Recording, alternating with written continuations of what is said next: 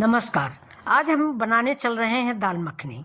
Hotel में जाने पर सबसे पहले कौन दाल मखनी का ऑर्डर देता है? मेरे यहाँ तो दाल मखनी सबको बहुत पसंद है। दाल मखनी और दाल तड़का ये दोनों दालें मेरे घर में बहुत खाई जाती। तो आज मैंने दाल मखनी बनाई है। तो देखिए, इसका रंग देखिए, कलर देखिए, और बहुत ही स्वादिष्ट दाल बनके तैयार हुई है। इसको आप चावल से खाइए, पराठा पूड़ी से खाइए। और एक क्वेश्चन भी है कि आप दाल मखनी किस चीज़ से खाना पसंद करोगे, पराठा से, पूड़ी से या चावल से? मुझे तो मेरे बच्चों चावल से बेहद पसंद है। चावल से दाल मखनी मुझे बहुत अच्छी लगती है। तो चलिए बनाने चल रहे हैं दाल मखनी। आज होली है, ये वीडियो मेरा आएगा 4-5 दिन बाद, तो बाद में देखिएगा। लेकिन आज होली है तो ये दाल मखनी से हम लोग चावल पुलाव बनाया है, वही खाने जा रहे हैं सब लोग। तो अब देखिए, ये दाल मखनी का कलर देखिए, आपको कैसा लग रहा है ये कलर?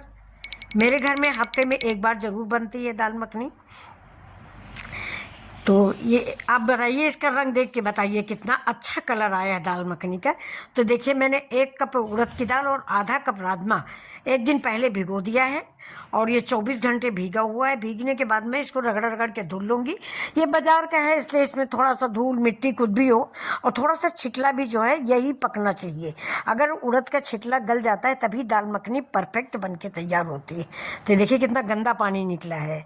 तो ऐसे ही हम 2-3 पानी से इसको धुलेंगे, जिससे इसकी गंदगी दूर हो जाए, तो मेरी दाल टेस्टी, स्वादिष्ट और हेल्दी बनेगी। अभी देखिए, मैंने 3 पानी से धुला है, इसके बाद जाके अब ये साफ पानी आया है। देख रहे हैं ना आप लोग? ये बाजार की जितनी भी दालें आती हैं, मेरे बच्चों, इनको धुल के खाना, भाई बहनों मेरे। बहुत ही गंदी दालें, पता नहीं कंकड़ पत्थर कितना आता है, बीनना पड़ता है। अभी देखिए, मैंने खड़े गरम मसाले ले लिए हैं, 2 लौंग, तेजपत्ता, काली मिर्च, दालचीनी, जावित्री। तो इसको मैंने कुकर में डाल दिया है बिना तेल डाले। अभी तेल नहीं डाला हुआ है, ये देखिए।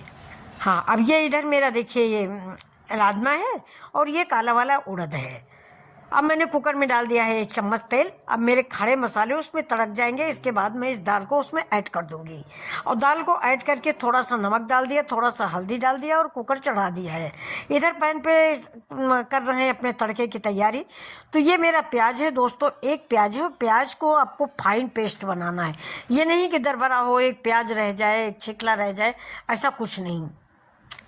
प्याज और टमाटर, ये देखिए 1 टमाटर है। जितनी दाल है उतनी आप सामग्री लीजिए। हमारी थोड़ी दाल है तो मैंने थोड़ी सामग्री ली है। इसी समय पर आप ये कश्मीरी मिर्च भी डालिए। प्याज, टमाटर और ये कश्मीरी मिर्च, इसका रंग बहुत अच्छा आता है। इसी स्टेज पर आप जब भी सब्जी बनाएं, कोई भी चीज़, सब्जी, कश्मीरी मिर्च डालें तो इसी स्टेज पर डालें, जब आपका प्याज पक गया हो, टमाटर पड़ा हो। ये देखिए, प्याज और टमाटर को याद रखना कि बहुत फाइन पेस्ट बनना चाहिए। प्याज और टमाटर के छिकले या टुकड़े मुझे दाल में नहीं चाहिए। दाल मेरी बिल्कुल फाइन बन के तैयार होगी। मेरा राजमा भी बिल्कुल गल गया है, और उड़द की दाल भी मैंने 24 घंटे भिगोया है दोस्तों। अब ये देखिए, बहुत बढ़िया से पकी। हल्दी मैंने बहुत थोड़ी सी डाली थी। ज़्यादा पीली दाल जो है वो मखनी में नहीं अच्छी लगती। मखनी दाल थोड़ा क्रीमी कलर होता है तो ज़्यादा अच्छी लगती है।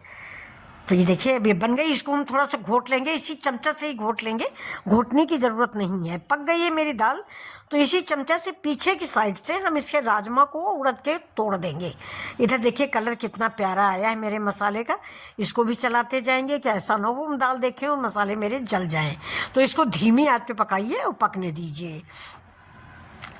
थोड़ा सा मैंने तेल डाला है, अभी मैंने मक्खन में नहीं पकाया है, मैंने तेल डाला है। वो भी तेल है मेरा मूंगफली का। मूंगफली का तेल 1 चम्मच डाला है, उसी में मैंने पहले प्याज पकाया है। प्याज पकाने के बाद मैंने ये टमाटर डाल दिया है। अब देखिए, दाल को हम चमचा से ही घोट देंगे, और घोटने के बाद इसमें मिक्स कर देंगे। ये देखिए, बिल्कुल मिक्स हो गई दाल, और कलर भी बिल्कुल ब्यूटीफुल है। परफेक्ट दाल मखनी बन के तैयार हुई है, ये देखिए। और अब हम इसको मिक्स करेंगे। सारे मसालों में थोड़ा सा पानी डाल देते हैं। दाल मखनी में जितना ही ज़्यादा कढ़ेगी, कढ़ी जैसा हाल है दाल मखनी का दोस्तों। जितना ज़्यादा पकेगी उतना ही टेस्टी और स्वादिष्ट होगी। ये देखिए, अब इसको सारे प्याज और सब कुछ मसाले मिला देंगे। अब इसमें मसाले हम क्या डालेंगे? मसाले इसमें हम थोड़ा सा धनिया पाउडर, थोड़ा सा अदरक पाउडर, और थोड़ी सी लाल मिर्च अगर आप चाहें तो, और अमचूर पाउडर ज़रूर डालिएगा, क्योंकि टमाटर से खटास नहीं आएगी, इसलिए आप थोड़ा सा अमचूर पाउडर ज़रूर डालिए, और गरम मसाला, बस फिर से हम रिपीट कर देते हैं। 1 चम्मच धनिया, 1 चम्मच अमचूर पाउडर, आधा चम्मच गरम मसाला और हमारी सब्जी रेडी है। ग्रीन चिली मैंने पहले काट के डाल दिया है, बीज निकाल के, जिससे तीखा ना हो। आप जैसे स्पाइसी खाते हैं तो वैसे ही मिर्च 2 काट के डाल दीजिए। मैंने 1 मिर्च काटा है और उसका बीज निकाल दिया है। मेरे कड़वा कोई नहीं खाता। अब ये देखिए आ गया ना बढ़िया सा रंग।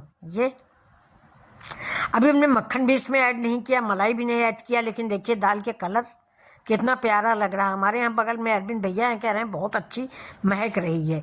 थोड़ा सा हींग भी दोस्तों मैंने ऐड किया है। ये देखिए थोड़ी सी हींग डाल दी। अब ये हम डाल रहे हैं इसमें दूध, थोड़ा सा, ये दूध और मलाई मिक्स, गाढ़ा दूध है मतलब। ये देखिए गाढ़ा दूध मैंने आधा कप के लगभग डाला है।